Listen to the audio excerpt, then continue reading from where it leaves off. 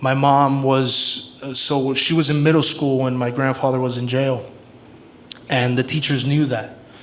And they would pick on her. And she wouldn't want to sing the national anthem. She wouldn't want to do La Internacional, which we sing in the play. She would never fucking do it. And my grandmother would beg her, like, please stop doing that, you know?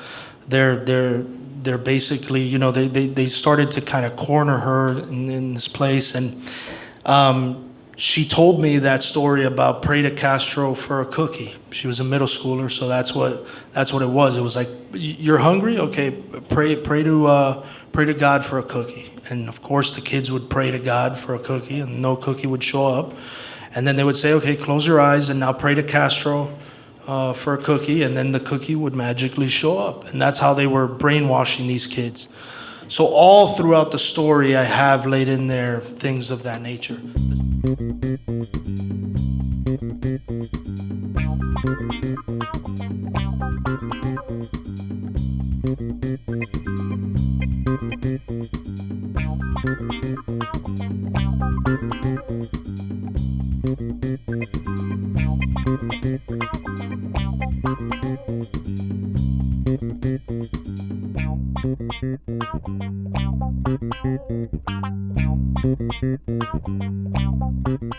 Okay, I think we're good to go. Carlos, we're good there?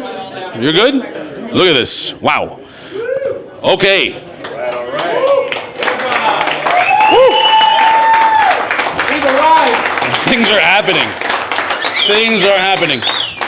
Welcome to, what is this, Pan Con Podcast Live number 5?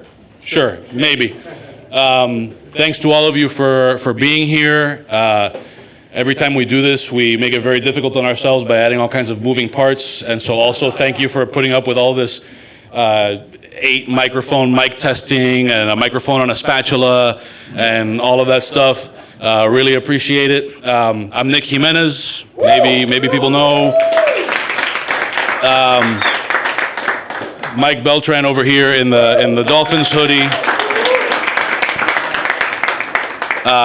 Maybe a year or so ago, we had, was it a year ago now that we had you on the podcast? Something like that. We had Robby Ramos on the podcast. He had been in the cast of Amparo and at some point made Mike cry with his performance.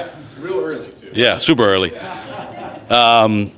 And at that point, he mentioned to us that he had written this play about his grandfather's experience as a political prisoner in Cuba. And when we found that it was actually going to be produced, we were like, okay, this is a natural fit for what we try to do. We've said multiple times that we use food and podcasts and fun things as a hook to lure you into Cuba stuff, and you're just the latest set of pawns in our weird little Cuba game.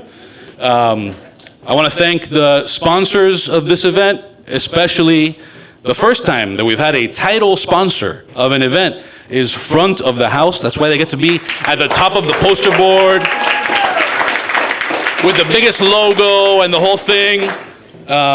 They supplied all of the plates and bowls that you will be eating on. So if you're posting on, Instagram, which is really the only reason you eat at restaurants, make sure you tag FOH Inc. Speaking of which, all of the other tags that you might want to use are on the backs of the menus for all of you Instagram crazy people. Thanks to the other sponsors of this thing, which I just want to do before this gets super serious, because this is a thing about a political prisoner situation. So I feel like it'd be weird after, thanks to our sponsors.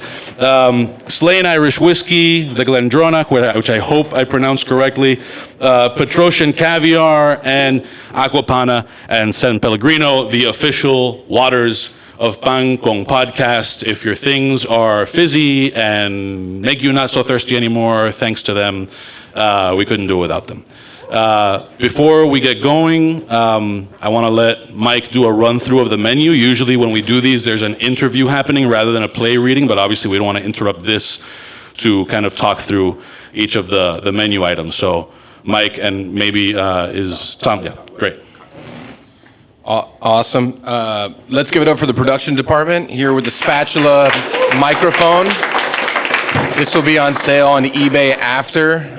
It's going to start pretty high. So I'll keep this pretty quick because I know people are hungry. Certain people are hungry. Bocaditos are going to be first. It's trout tartare with a sweet pea aioli.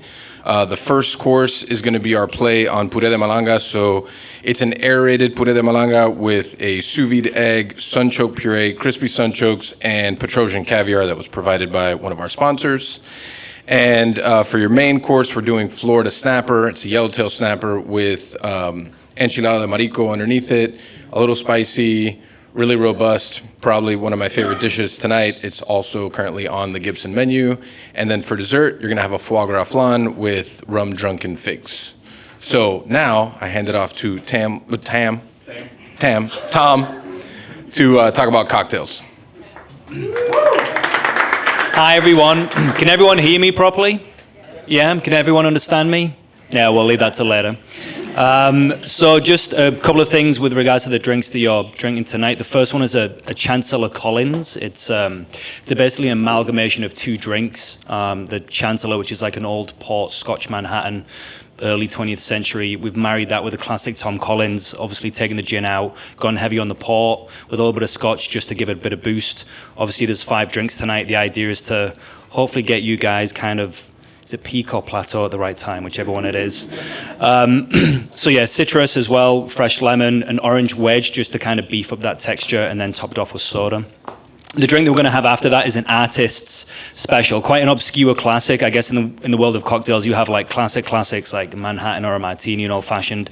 Then you get these other drinks that losers like me look through books from like way back when to try and resurrect something to try and make it semi-relevant. So the artist special is basically originally Scotch, but we've gone with Slain Irish whiskey this time. We've gone some Manzanilla sherry, some nice salinity to kind of pair with your food, fresh lemon again, and then some, we call it grenadine, but it's like an old school pomegranate grenadine from the early 1920s.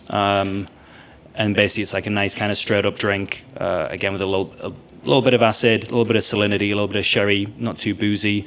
And then we move into the Wonderland. And the Wonderland is it's a variation on a drink called the Mad Hatter from 1951, a book called Bottoms Up by Ted Saucier.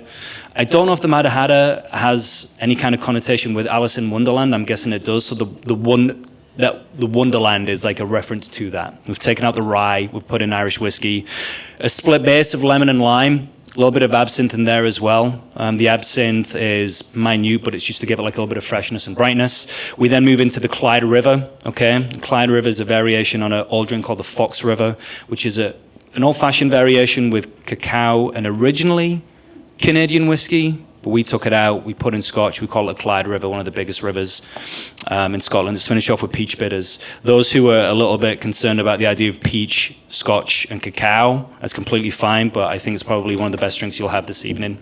And then to finish off, a very kind of, I guess like a classic dessert style drink. When I think of dessert cocktails, I always think of something creamy, but I think creamy drinks can sometimes get a bad rap, so we've done something a little bit tasteful. We basically mix Glendronach 12 with a little bit of honey. We stir that, we serve it straight up, and then we hand rip some cream, and then we float it on top of the drink, okay? And that'll be your drinks for this evening. Thank you.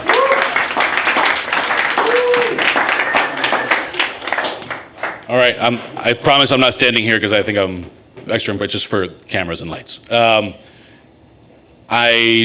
As we transition into this, just want to sort of let you all know, in light of the nature of the thing, we don't normally try to shush people, but we want to I'm not telling you not to be friends with the person next to you, but let's treat it like if it's a weird combination of dinner theater, which I guess was what it is. That's what we're doing here. So I was told that there wasn't really anything I should say for transition, so I'm going to awkwardly step off, and it's very, very typical of us. Look at that. Yeah.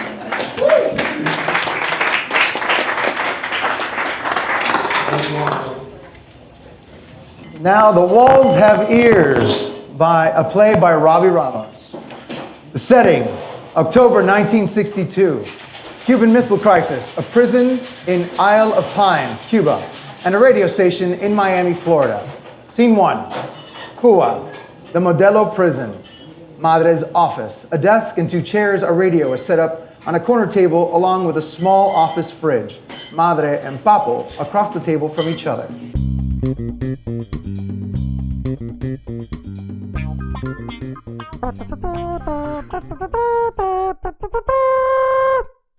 Thanks to our sponsor, Aganorsa Leaf Cigars. Aganorsa Leaf is renowned throughout the world for its signature flavor that possesses all the great attributes of Nicaraguan terroir, along with classic Cuban aroma and flavor. Aganorsa Leaf is pleased to announce a brand new edition of Guardian of the Farm, Cerberus, named after the mythical three-headed hound that stood watch at the gates of Hades. This exciting new Nicaraguan puro uses 100% Aganorsa leaf tobacco and is wrapped in Aganorsa's new Corojo 2012 cover leaf, which adds a level of complexity to the blend, adding light spice and a rich, smooth body to the blend. When you smoke one of our world-class blends, you will experience the difference between ordinary tobacco and Aganorsa leaf. That's why we say our leaf is our strength. Learn more about Aganorsa leaf and use their store locator and find a cigar shop near you that carries their products at www.aganorsaleaf.com. The two of us smoke Aganorsa Leaf cigars often. We also offer them to a lot of our guests, like, for example, Dave Arvello, who every time I post a picture of a Cerberus mentions to me in my DMs or in a text how cool the band is, which it actually is a pretty slick-looking band. But also, I just want to note, little personal anecdote here, so it's not all totally straight-up red. I can say that Michael Beltrán will absolutely not only vouch for the quality of Aganorsa cigars, but you met a Miami legend and handed him an Aganorsa cigar. I did meet a Miami legend. I was smoking nearby Alonzo Mourning, and we had a conversation about cigars, and he handed me one of his, and I went inside. I bought this exact same cigar, and I handed Alonzo Mourning this Aganorsa cigar, and I said, try this. Thank me later. I mean, if that's not an endorsement, I don't know what is. Aganorsaleaf.com. All right, you've heard us talking about the barrel here on Pan Con Podcast before. It is a sleek barrel-style cooker with loads of capacity that represents a new way to grill. Gets you great results in a fraction of the time that it would take you to cook, let's say, a rack of ribs on an offset smoker. The legend of the barrel has only gotten greater. They're running around town winning cooking competitions left and right, including taking first place at FIU's North Miami Brewfest for Best Eatery. They're not even an eatery, people. No, they're not. I'm not saying they could hang with Nick making omelets in the morning, but it's still pretty impressive. Some South Florida chefs have even started to use the barrel in their restaurants. That's fucking wild. If it's good enough for them, it's good enough for your backyard. Trust me. You can get yours at barrelthebbq.com. Use promo code PANCON10. That's PANCON10 for 10% off of your purchase. The barrel is a hand-welded barrel-style cooker with a chimney at the center of its base and a rail that runs along the circumference at the top. So you can hang ribs, pork belly, whole chicken, salmon, cheeses, dips, sauces, and all manner of other stuff along the edge. Whatever you want. Alternatively, use the grill rack up top to sear meats or grill veggies directly over the coals. Use a pizza stone to cook your favorite pies. The versatility of the barrel is a thing to behold. Mike, you've used the barrel. Tell the people about what you did with it. Yeah, my favorite thing with the barrel was actually the grill on top. You know, like obviously you can cook all the meats underneath it, but the fact that you can cook, you know, some veggies on the side, or, you know, if you want to cook cheese. I didn't use the pizza stone on top, but that's a very interesting idea. I think that the versatility of the product and the fact that you can cook a whole meal in one barrel, you know, makes it pretty versatile. I mean, a whole bunch of meals. So when I had some people over for one of those fight nights. Oh, the at my epic house, Nick fight nights. One of those fight nights, and did a lot of chicharrón. So I just lined pretty much the whole edge of the barrel with pork belly, and had that be an appetizer thing, and also some ribs. How did that come out? Came out great. Yeah, I Came love out that. great. I also had a past guest, Louis Estrada. Chef Louis Estrada was there, was on hand to try the chicharrón that I we love made. that. So And yeah, what was his feedback? he was a fan. He was familiar with the barrel already. Oh yeah, Yeah. Seen that? Chefs all over know about the barrel. All the way to Brooklyn. Yeah, all the way to Brooklyn. Again, Barrel the BBQ, promo code PANCON10 to get 10% off of your order. Tell the people, Barrel the BBQ, PANCON10. Barrel the BBQ.com. Pan con 10. That Pan means con for 10. some wild reason you will get 10% off your purchase when you go to buy the barrel That's right. for all of your needs. That's right. And you want to get all the accessories too. Get all the All of them. accessories. All of them. Good stuff. Introducing the newest line from Drew Estate Cigars. 20 Acre Farm is a complex, refined, and medium body cigar with a super oaky and cedary notes accompanied by a whisper of white pepper and a bright hint of citrus. Built at La Gran Fabrica, Drew Estate in Nicaragua, using a velvety, and I mean velvety, Ecuadorian Connecticut shade-grown wrapper. Under that wrapper is a sun-grown Habano binder and a filler blend of Nicaraguan tobaccos from Esteli and Jalapa in perfect balance with the opulent and majestic Florida sun-grown leaf. Florida Sun-Grown is also the name of the farm where that tobacco is lovingly grown and harvested by Jeff Borshowitz, who's the guy you see in this video playing behind us, on his pristine 20-acre plot of land near the central Florida town of Claremont. I have actually been to that farm, along with plenty of other cigar tobacco farms in Mexico, Central America, and the Dominican Republic. And what Jeff, who by the way is a very nice guy, there's actually a cigar box signed by Jeff hanging on my wall. What Jeff is doing there is super legit. So it's always cool to see products like his, which is the only premium cigar tobacco grown in Florida, in products from a company like Drew Estate. Plus, 20 Acre Farm being a Drew Estate product means it's the creation of master blender and Pan Con podcast guest Willie Herrera. Support our guests and sponsors. Get it online. Ask your local cigar shop about 20 Acre Farm by Drew Estate. Learn more about Drew Estate and use their store locator to find a cigar shop near you that carries their products at drewestate.com. That's right. I'm probably going to smoke one of those right now. What are we waiting for?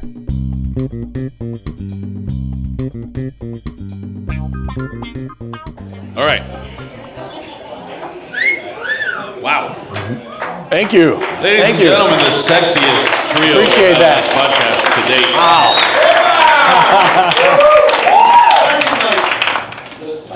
I'm all right, sad. so I don't get it. this is the portion of the thing where We spread this we out, have right? We conversations. spread it out.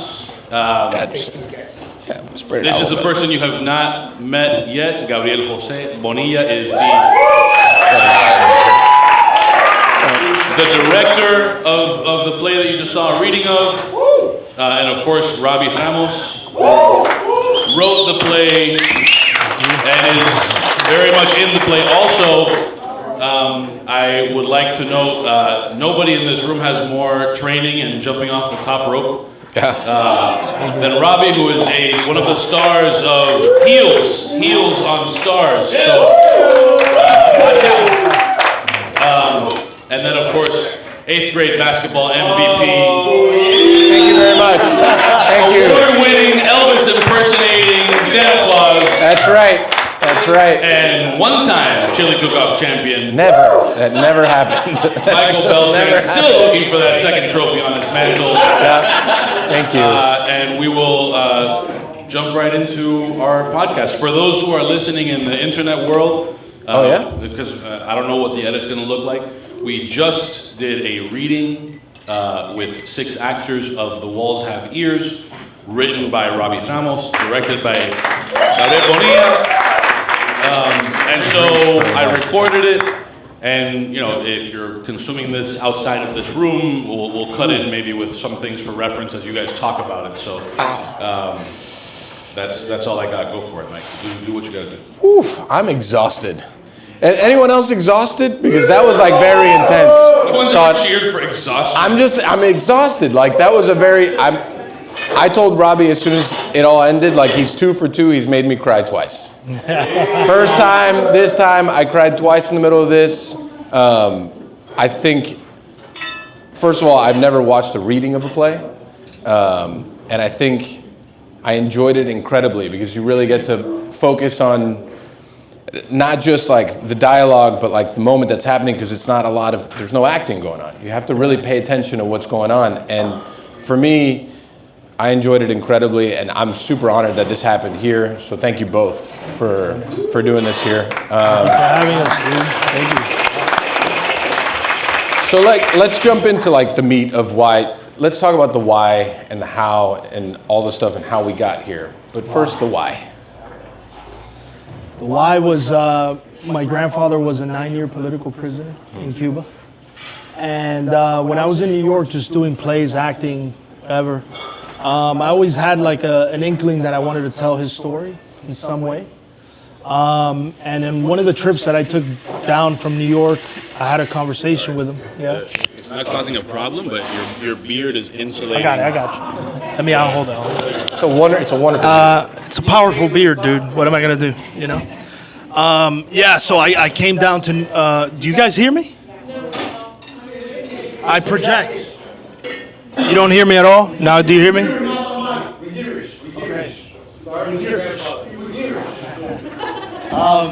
Yeah. So I started writing this play as a. We're having like malfunctions. There we go. Oh! Hear that voice? Shout out to the production department. So I came down from New York one of the times that I had some time off, and now I died again. Where's the spatula? And I spoke to my grandfather basically about some of the experiences that he had in Cuba, and from that conversation, I came up with the idea of these brothers.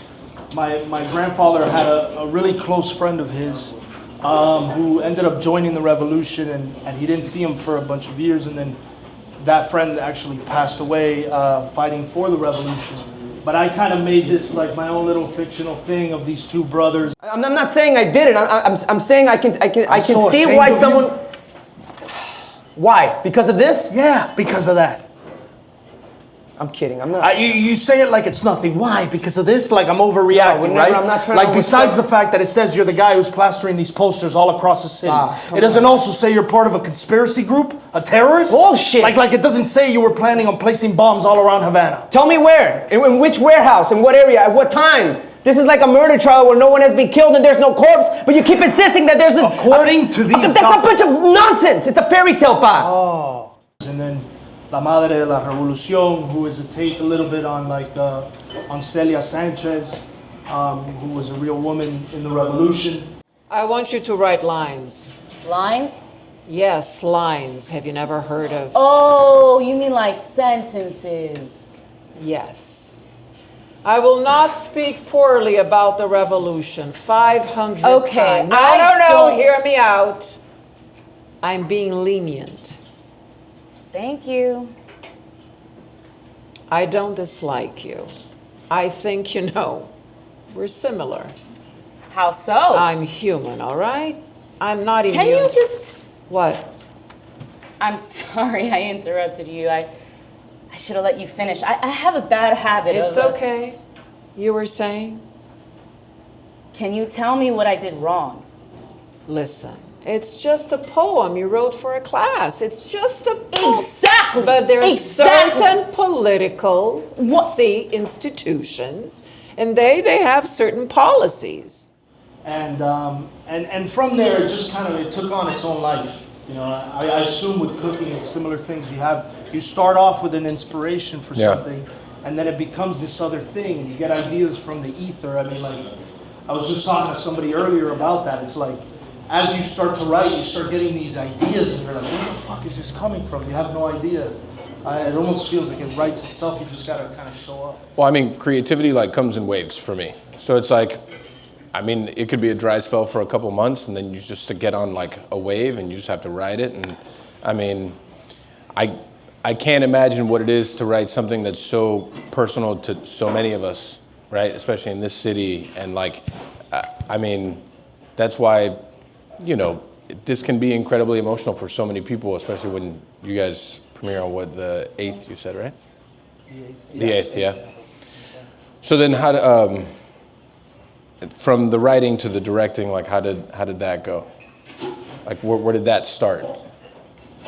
I worked with Gabe and Amparo, Right. back in 2019, and then when the July 11th, you probably have a better idea of when I 11th. Yeah, nice favorite. Ooh, there we go. There you go.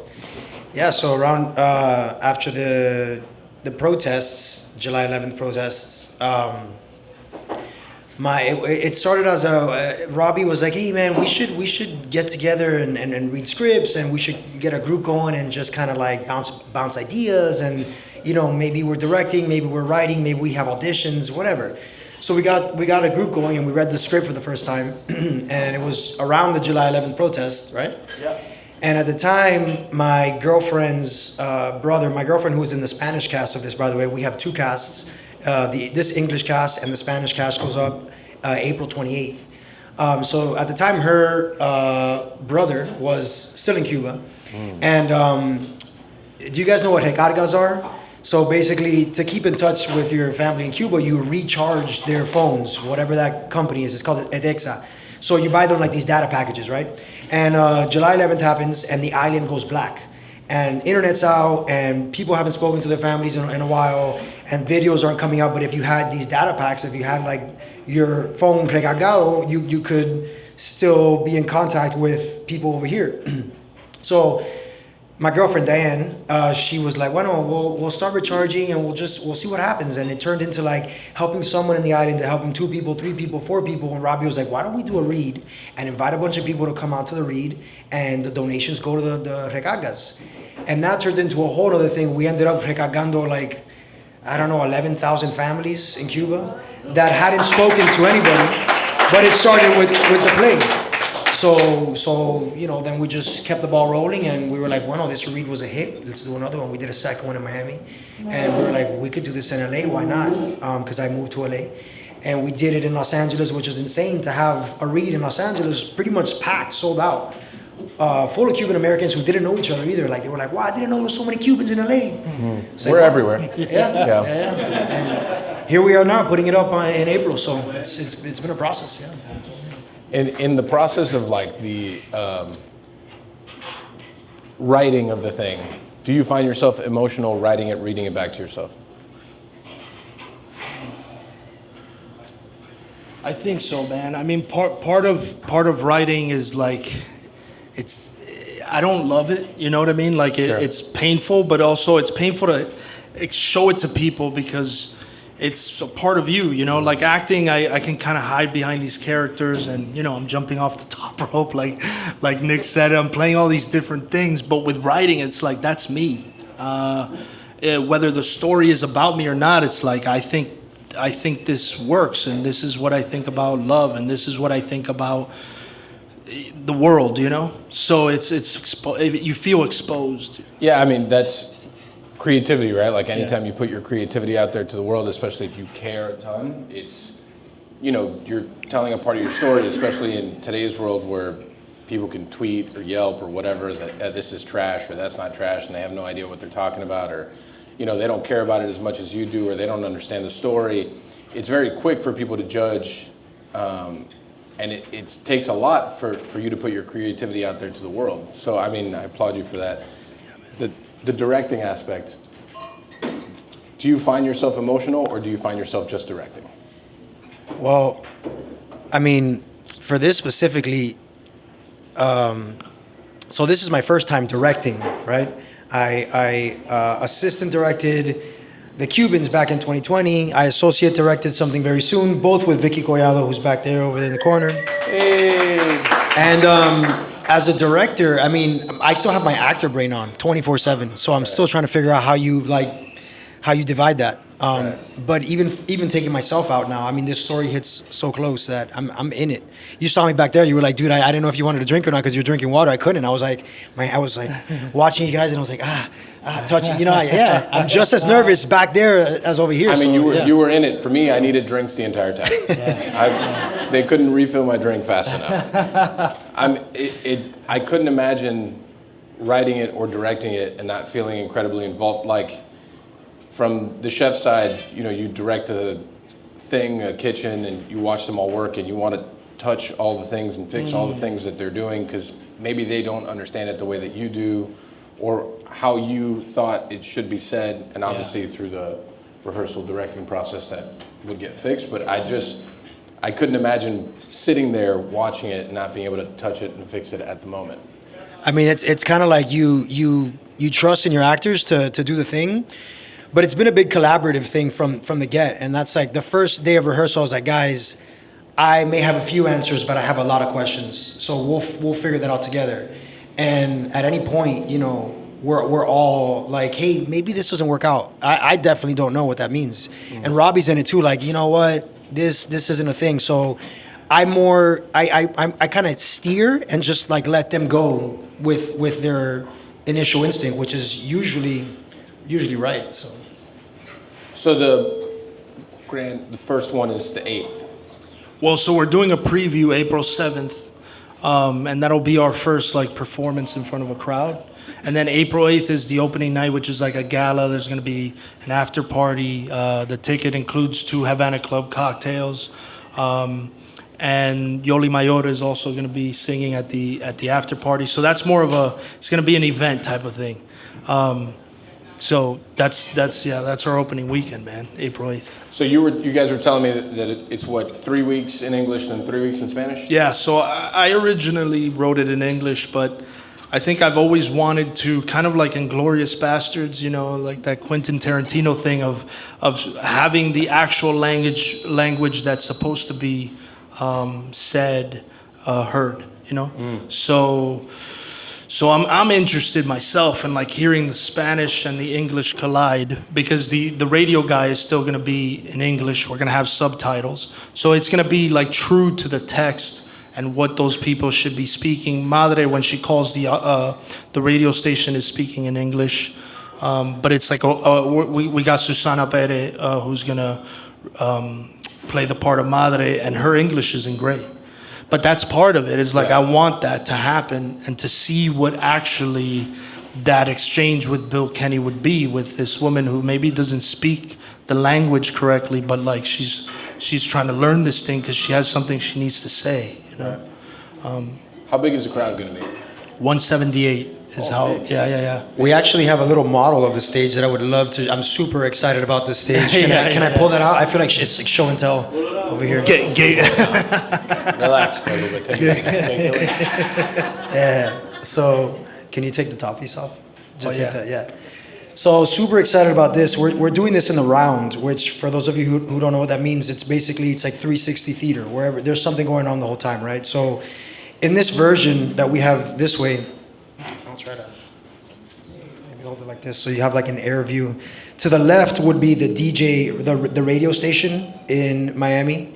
In the middle, this circle in the middle would represent Madre's office, and to the right would be the interrogation room. So hanging from that over the circle then would be what represents the actual prison in Cuba, the Modelo prison in Isla de Pinos, right over the top. And on the floor of it, we'll be featuring some of the artwork that was found in the cells actually in Cuba. So these were people painting pictures of their grandparents or painting, Cuban flags or whatever they could, because they were just, scrapping for paint. Painting women as well, because it was a prison. Yeah. So you got some women in there. Yeah. Got some naked women in there. Let's keep it real. But but there was also portraits of families, and that's a nice touch by our scenic designer Andrew. What's his last name? Andrew Rodriguez Triana. Yeah. Nice, cool touch. You can look these pictures up, Presidio Modelo, and you can see the artwork, and that artwork will be, like Gabe said, all in that circle there. Yeah. So, and of course, this is the set without any dressing. There will be, there will be desks and fridges and the whole nine, but this is just the architecture of the set. And so, I mean, technically, you could watch the show a couple different times and get a different experience, because you will be right up against the interrogation room, or you'll be right next to Bill as he's going through his calls and stuff, or there are seats right up against Madre's office, so you're in that moment with her. So I'm really excited about this whole 360 idea of immersing the audience into this world for a little bit. Where's it playing? Westchester Good question, Cultural Charlie. Arts Center. It's at the Tropical new Park. Westchester Cultural Arts Center in Tropical Park. Brand new theater, beautiful place. Hometown, Westchester type of stuff. This is what we're doing here. What was the idea when you wrote this to make it like immersive? No, not necessarily. But I after having the Amparo experience, I mean, to me, that's the best form of theater. Is I can look at her and her beautiful hat and have a conversation with her and tell her the story or be experiencing something in the story and look at her and have an experience with her. So I think what we're trying to do, it's not bringing that immersive same quality as Amparo, but we do want to make it feel like I can look at her and say some lines to her maybe. I mean, we're gonna be as close as you and I are here to some of the audience members. And I like that feeling. I like to go to theater and be a little bit confronted and maybe even a little uncomfortable because it forces you to kind of maybe see the world in a different way. So I think we're trying to build that, and it's going to be 360. You know, there's things that are going to happen maybe behind you depending on where you're sitting. So it's going to feel like you're in the space. I mean, you're not like an observer. You should feel as if you went through something when you left. I mean, Amparo did that. I told you I went to the one in New York. Yeah. And it was like that immersive theater where you leave a different person than the way you arrived. Yeah.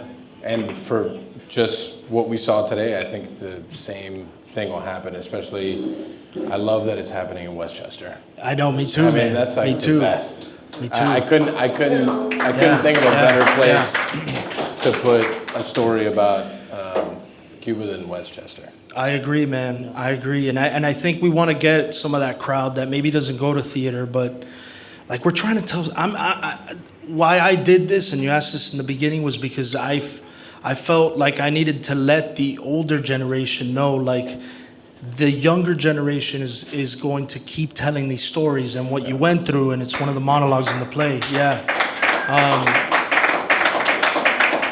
What you went through wasn't in vain, you know? Like, you carry it, dude. In our podcast that we had, I felt that. It was like, he carries that. And he's here now, and your grandparents, your parents, whoever that was, is now living through you in this experience, I believe, or I want to believe. Well, we talked, not to rehash our entire, like, it was like a 5-hour podcast, but one thing that we talked about at length was the fact that the younger generation has a duty to, like, we can't let that story be forgotten. Mm-hmm. You know, and in the podcast with Vicky, we talked about at length the fact that we are kind of the children of the lost.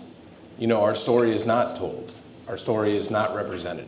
The real story, at least, is not represented. So if we don't represent it the right way, because our parents and grandparents, they wanted to assimilate because they wanted to create a better future for us. If we're not able to do it through, you know, creativity, through food, through theater, writing, whatever it may be, then the story is just going to dissipate to nothing. Yeah. We're all going to be drinking venti fucking lattes at Starbucks in a heartbeat.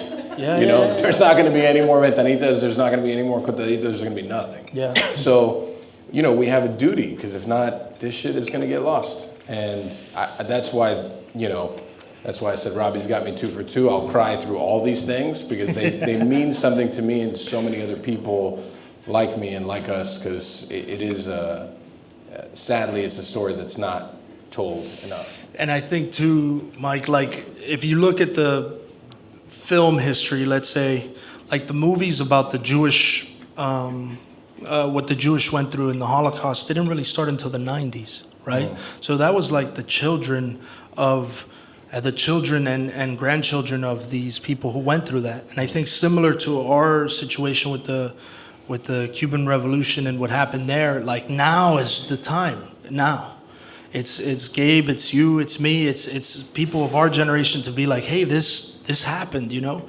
and I think it's important that we start to make like art that is not just like an activism in the sense of like, you know, you go and listen to an activist, but it's like, it's gotta be cool, man. It's gotta be fucking the shit we like. I'm also into like Tarantino, right? So I can't just like make a story that is just like in this historical kind of shelf. I gotta make stories that feel cool and alive and make me feel, I don't know, like I'm doing it in a respectful way, but also I'm being a little bit cool about it, bro. There's no other way to fucking say it. It's like we can't just tell boring stories. It's gotta be dope, dude. Otherwise, what the fuck are we doing, you know? It's like you can't just make food that's boring or like you're repeating. No, it's like you put your own twist to it, and that's what makes it cool. Well, I mean, but it's also like the story has probably been told already. And it's like the food that I do has been done before. Right. But not through your eyes or not through mine.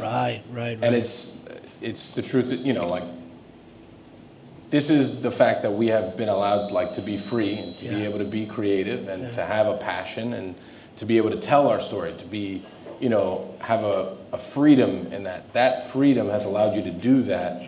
Just like with me, like, I was allowed to change food to whatever the fuck I wanted it to be. Yeah. And, you know, there's a lot of, like, old school Hispanics that are like, well, that's not the way it's supposed to be. I'm like, exactly. It's not supposed to be that way. Right. You're right. And, you know, maybe that's not the way that classic theater is supposed to be. Exactly. It's not supposed to be that way. You're supposed to feel a little bit different. It's supposed to be a little bit more personal. Yeah. Something about the writing that I thought was, like, interesting is at the point when Madre was talking about her struggles through the revolution. It humanized her a ton, right? It humanized her from a different side. And to see why she was so brutal, and to see why she was so real, and to see why she was, I mean, it was rough. Yeah. Right? And there can be people that pulls at them too, like, maybe she's got a point, and then you see where it led her to. Dude. That it was like, well, this point's fucked. I have a right to be. You do. I know what you're talking about. No, you don't. I think I do. How? Listen, you get off on the other side of the country and you don't have any money. You get off the bus and you do what? You call your mom. I don't. I search through the dumpster and find me a weapon. Ava, look at me. You think I don't know what it is to feel like the world is against you? To be at a deficit? As a kid, I remember seeing my mother in prison. She was doing time for strong-armed robbery, trying to put some food on the table. And you're trying to tell me that I don't know what it feels like? I don't think you know who you're talking to. I was brought up with bologna for Sunday dinner, sugar and water to wash it down. I don't come from privilege, see? Rage, resentment, I get it. Yes, I feel... Of course you feel, I know. I need... The structure, the way in which... Yes, it's all set up for a reason. I need you to help me. What? I think you can help me. Right? Yeah, man. And I think that whole, like, juxtaposition in the writing I found fascinating. Oh, that's I like to hear that. That's the best thing I've heard tonight because because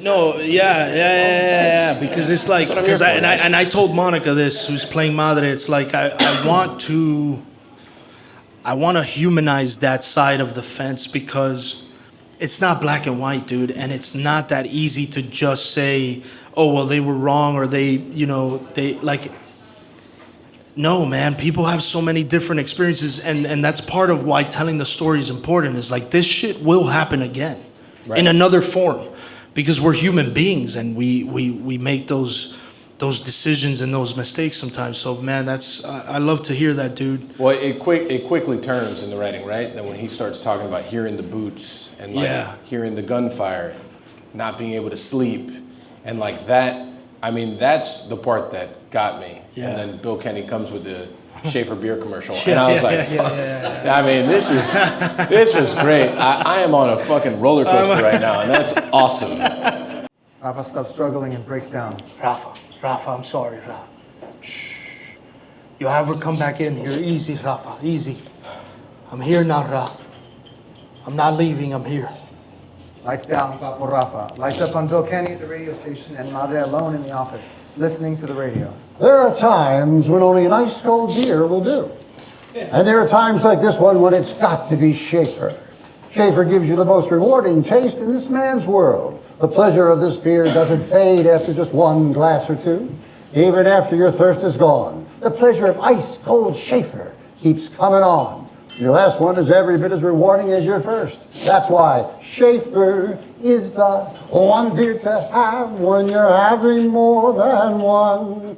But that moment in the reading was really what got me to I mean, it's incredibly involved and it was very thoughtful. Yeah. You know, because it's not black and white. There's Right. years before the revolution and years after that impacted the entire thing.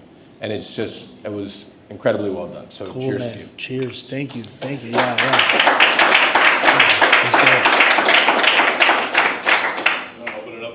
Did we mention about the special discount? Oh, yes, we have a discount for everyone who's in attendance today. Wow. Bancom Love that. Podcast is the discount code. It's there's only 2 days, so it's the rest of tonight and tomorrow for you to go on the website, thewallsplay.com.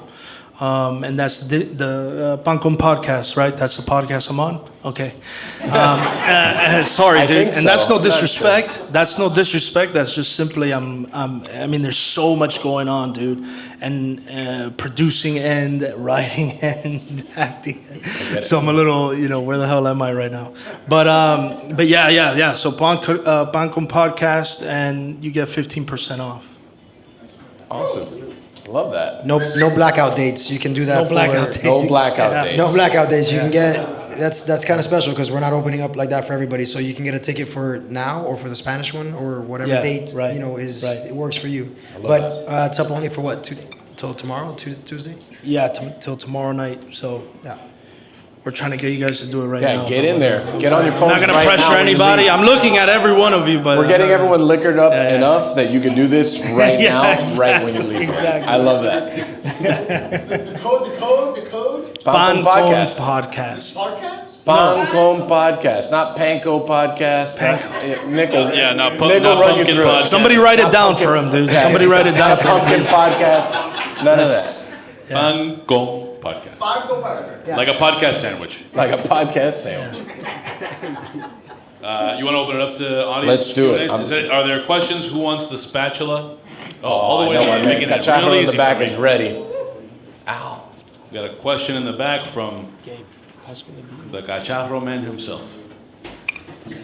First of all, I just wanted to congratulate you. The best compliment I can pay to you is to tell you that I was infuriated while I was watching, because even though it's fictional, I know that it is rooted in a reality that is basically our history. The other thing I wanted to say is to everybody who thinks that this is ancient history, it's not ancient history. 2.5 miles from here, 8-minute drive away, the Cuban national team is playing the United States. And those Cuban players are not permitted to move around freely in our free country. They're basically being watched by the Cuban state security agents that are stopping them from moving around, from associating freely, which are things that our Constitution is supposed to guarantee to everybody in this country, whether they're a citizen or not. So I just think that it's a great testament to you guys keeping the Cuba issue alive, because it is alive, and the people in Cuba today are still suffering under this repressive regime 60 plus years later. Thanks. I love that. That was Henry Gomez, also past Bancom Podcast guest. Yep. PCP or Oh, you got things to say? Legend. No, that was very important. Wait, Wow. that sounded really messed up. Vicky Sorry. with the dig. That sounded really messed up. No, you are correct. I'm glad you brought it up, because also they were not letting people in who had Libertad shirts and didn't have the signs. But a big, nice fuck you is that right behind home plate there was Abajo la Dictadura and Cuba Decide, which was like a nice, which I think relates to my question. Which is all of these posters and these signs, and there's this collaboration going on with Kiki. And can you kind of bring up a little bit of what it's like to work with an artist who hasn't worked in theater per se, and how that collaboration happened and how that came up? Yeah, Kiki's been great, man. He went to a reading that we did at Spanglish, and he loved the play. And then I met with him afterwards, and he was like, "Look, I have this idea. Like, maybe I could come up with some paintings that are inspired by the play." Very key. And I was jazzed about it. I was like, of course, Kiki's also a child of Cuban exiles, and I think so it's like we bond on this shared family history pain, right? It's like weird how that works. I didn't know Kiki from before that, and the paintings that he's doing like are just, I don't know, man. They're so like, some of them are dark, but then some of them are comedic. And he's only heard the play a couple times, but he completely like absorbed. And I think it's because we share that, right? Like that family thing. And for me, it's been a great collaboration to work with him. And he sends me paintings that, as he's doing them. And it's just been great, man. And to think that, if we were in Cuba still, we wouldn't be able to do that, or it would have to be under the secretive kind of like thing. And that here we're free to do it, We're going to put it up in Westchester, and the lobby is going to be filled with Kiki's paintings. And then you're going to be able to go in and enjoy this read, and then after, talk about it, and then hopefully have those different point of views. Because of course, I don't want to do it just for people who agree with me. I want to do it for people who maybe have a different point of view, and then to have them say, "Hey, man, I appreciate you giving us a fair shake," So, yeah, Kiki's been great. Which, by the way, one of his paintings is you can, if you check out our Instagram, the Walls Play Official, right? Yeah. The Walls Play Official.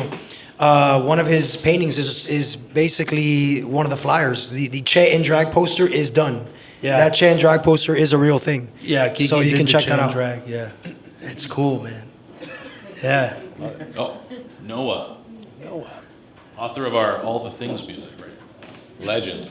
I came for the food. I Hell stayed yeah. for the education, and I appreciate it.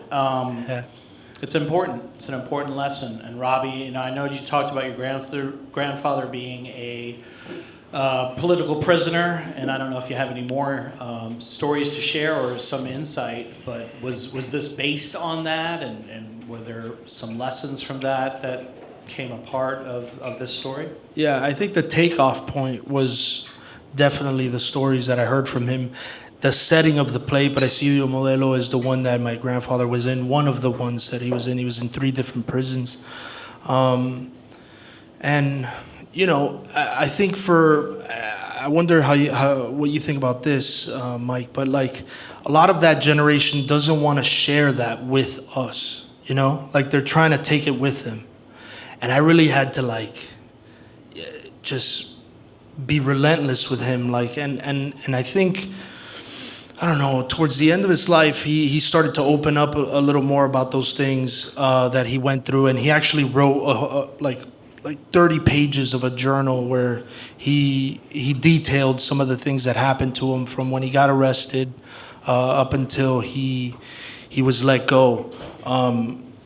And yeah, the play is littered with it, like the chicken monologue in the beginning of the story is a story that my father told me. He grew up basically in a boarding school. His mom would leave them over the weekends there, and he grew up there with this, the boarding school of the revolution, and he told me those stories about these guys who were, basically his teachers, and they were also teaching them how to kill. And, they had to kill their own food. So the chicken story comes from my dad. The story about the pray to God for something to drink. My mom she was in middle school when my grandfather was in jail. And the teachers knew that. And they would pick on her. And she wouldn't want to sing the national anthem. She wouldn't want to do La Internacional, which we sing in the play. She would never fucking do it. And my grandmother would beg her, please stop doing that. They're basically, they started to kind of corner her in this place. And she told me that story about pray to Castro for a cookie. She was a middle schooler, so that's what it was. It was like, you're hungry? Okay, pray to God for a cookie. And of course the kids would pray to God for a cookie, and no cookie would show up. And then they would say, okay, close your eyes and now pray to Castro for a cookie, and then the cookie would magically show up. And that's how they were brainwashing these kids. So all throughout the story, I have laid in there things of that nature. The monologue about the young boy who was found hung in a forest, that's a real story that Fidel Castro tells.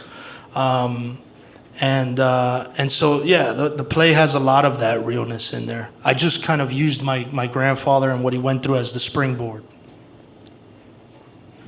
Any others? Sorry, just to piggyback, like my grandfather specifically is like an incredibly quiet man. He just he only gets like lively when he's had enough Miller High Lifes, and it's usually like Noche Buena, and he's cooking something it's been a couple years since he did that, but it was never like spoken, like how much, like his feeling towards the island. It was like a longing, and you could see it, like when family was around, and that has a lot to do with my connection to food, because that longing would come out more with family events that involved food. Because he would talk about like the moment in Cuba when this would happen or that would happen, and you know, we would cook and everyone would be together, and you saw in his face like a longing, like a missing of a moment, and something that's just was completely taken from him. And for me, it was like less the story and more the feeling, you know. And it's harder to be able to quantify that, but you just, you know, obviously have known him my whole life, so like we see it, and I still see it in him every day. Like, I mean, that man watches baseball games from 20 years ago, just because that's what he knows. Like, and that's what makes him feel comfortable. And it was the same thing with food, with family, and that moment. And it was like, that's essentially why I cook. You know, that was the connection between me and him and the island was food. And it's interesting how people cope with that moment, that missing, that thing, because some people talk about it, some people just feel it, and some people just long for it, you know? Oscar had a question. Whoa, dropping things. My glasses are on the floor, Robbie. Okay. All right. Michael, the strategist. Robby Ramos. Okay. If the walls have ears, what wisdom do the walls have to teach us better about life? What ears do they have that we don't? If the walls have ears, what do they have to teach us? Playwright. Wow. Go. Eso está profundo. I hope you brought your oxygen tank for this deep dive you're about to do. That was right now. Go. God, man. I don't know, man. I don't know. That's a good question, and I don't have the mental capacity to say anything interesting at all. What I will say. You wrote the play. Well, in a way, I guess my writing the play is the walls having ears, right? I mean, it's the idea that what happened there in Cuba, even though, you know, they try and hide it from people and they try their best for it not to get outside of the island, it does, man, and it does through us. So, I don't know, is that good? I mean, I got pretty good. I got a thought. I got a thought. I mean, I didn't write the play, but if the walls did have ears, the one thing they'd be able to say is the truth. Which, like, no matter which side you're on or whatever you believe in, the walls saw what happened and they know the truth. Wait, Charlie has something to piggyback. I just want to throw my 2 cents in there, because when you were talking earlier about the walls have ears and this set, if you imagine yourself sitting in those seats, you are the walls. So you're the ears. Oh, man. Wow. Beautiful. There you go. Careful with the spatula there. Jeez. Little mic drop right there. Yeah. Spatula drop. Spatula Little drop. spatula drop. Any other questions? Comments? Poems. Oh no, Mike. Oh, people have. I want a question from Mike the JoJo. I want that question. Thank you, Nick. What's up, young kings? What up, God brother? bless you and thank you for your work. No. So my question, I think. Wait. Before he goes, you were laughing the whole read, bro. So respect for that, dude. No, respect. Yeah, dude. Yeah, mad respect. Because people try and laugh like, they don't want people to know. This dude wants people to know. I respect that, bro. So one love, dude. Any play that has that much references to come, I'm gonna be laughing. My dog, dude. Respect, dude. Michael the JoJo is in the house. Yeah. All right. Respect, dude. There it is. Communism is brilliant. Yeah. No, anyway. No, honestly, it's more of a boring ass technical question. It's like, how do you foresee the, I think that like the momentum of your story and the way that you like hearing you say that you appreciate Tarantino is clear in your dialogue and in the way that you're jumping back and forth between moments of time.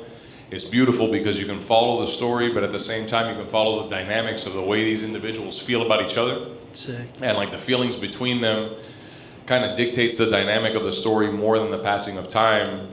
And in our lives, the passing of time dictates so much, you know what I mean? So it was beautifully written. Thank you for your work. Thank you, brother. My question is more along the lines of like, as this leaves the reading and goes into like, not just theater, but theater in the round, you know what I'm saying? Like, how do you, it's a very open-ended question, like how do you foresee the way that that's gonna affect the story? How do you foresee the way that that's gonna affect the mood? What kind of changes in the storytelling do you foresee in that? Gabe, do you want to take this since you're the director and the... I got a mic. I got one.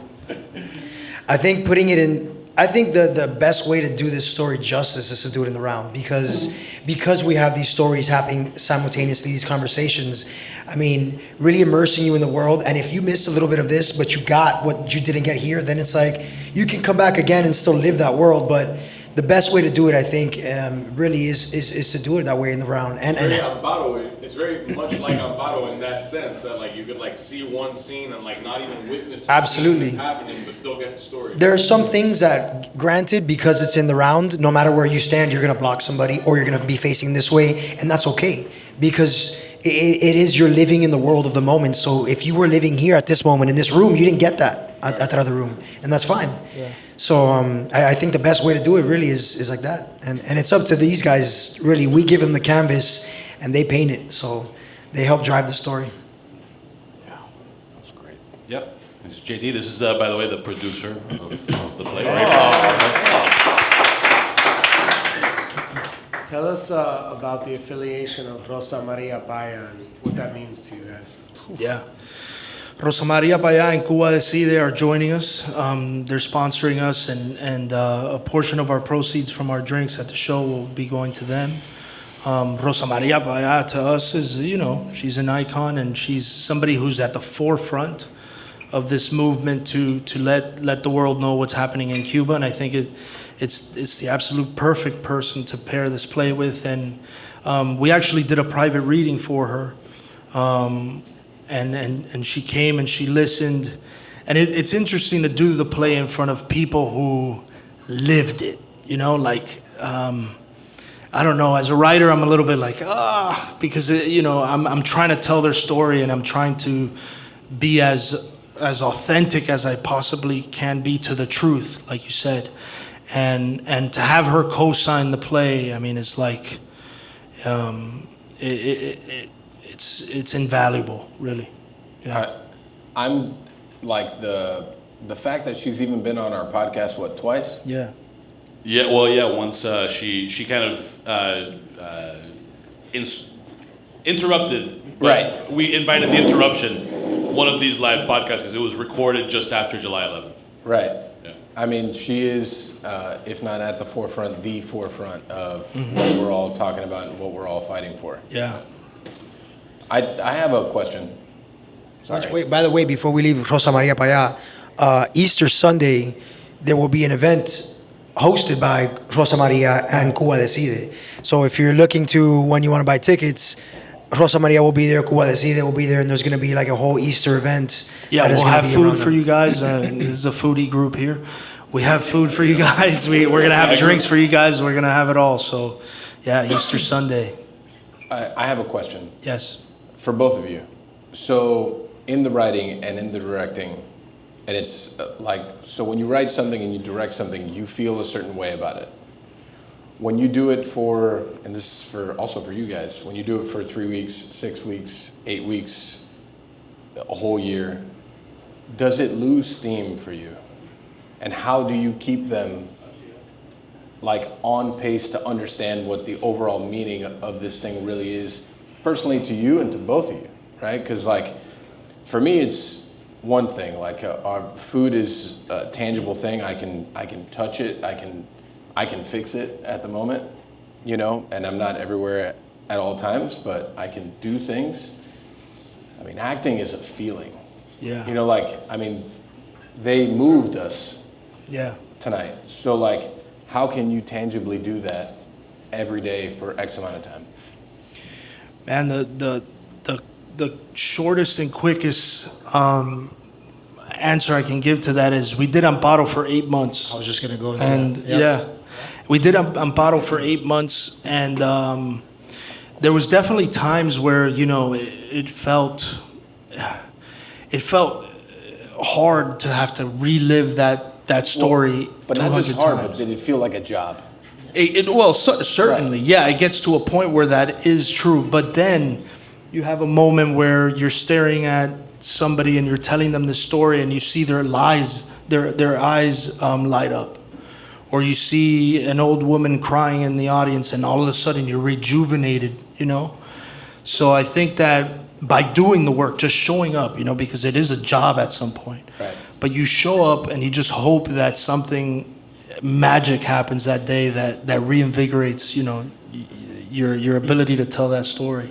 And I think those things can coexist. You know, we're human beings. So after 8 months of doing a show, Thursday through Sunday, 2 shows a day, mentally, physically, spiritually draining yourself, giving it all to these people, you're fucking tired, man. We're tired. And so I remember like 3 months in, 4 months in, I'm already starting to feel it. 5, 6 months in, you're like, before the show, you're like, man, I wish I could just chill today. I wish I could just, it's Sunday, I don't want to do a show. But then when you get to the show and you have those moments, that's the moments you're hoping for. That's when you're like, this is why I'm doing it. This is why. And it's okay to feel like that. I mean, you know, you're just tired. But by no means does a story mean any less, or are you just less out of it. I mean, we're just human beings. Yeah. Yeah. I think like the more you do stuff that you care about, like you end the day drained, but you leave fulfilled. 100%. You know, like it's very tough. Like when you're fighting for a purpose, and you know, like they're telling a story that you wrote, you directed, and has deep meaning for many people. I mean, you leave drained, but you left, like, you know, it's the old sports quote, like you left it all on the field. Yeah. I mean, but you leave completely fulfilled. And I think in the food world, it's tough because like you ask people to do something for 12 months out of a year, and it's like, we're going to challenge you every single day. We're going to push you every single day. And I believe in the thing. Do you believe in the thing? How deeply do you believe in the thing? And it's just like, you know, I see the emotions and I see the push. Yeah. It can be draining, but it can be, I mean, it is incredibly fulfilling. So that was my question for the Q&A. So I'll be the bad guy. We're going to cut it off. Cheers. I know. Who that guy? It's like the Apollo. We're going to take him cutting off. it off a little bit in the sense that we had the Gibson opens back up to the public at 11. You don't have to go anywhere insofar. I mean, listen, you own the place. I don't know what to tell you. I know the owner. We're fine. We can all hang out. It's good. Insofar as the menu is concerned, se acabó lo que se daba, para decirlo en buen cubano. Open a tab, stick around. Our very profound question asker, Oscar Bustillo, is going to get on this piano. Oh, man. While Carluba over here, business partner and DJ extraordinaire, prepares to DJ for some portion of that. So we're not done. It's just that the podcast is done. All right. So thanks again to our sponsors, front of the house. Thank you, bro. Thanks to Josie and her beautiful hat. Also, Slain Irish Whiskey, the Glendronach, Petrosian Caviar, Aquapana, San Pellegrino. This is a real thing. All the things. This is a real thing we're doing around here. Enter and of all course, the things music. Thanks to all of you, and especially, you know, I don't know that I anticipated this, all of the Pancom Podcast alumni who are in the room right now. Yeah. There's a bunch of them. So thanks. That's it. Shout It's out over. to the spatula microphone.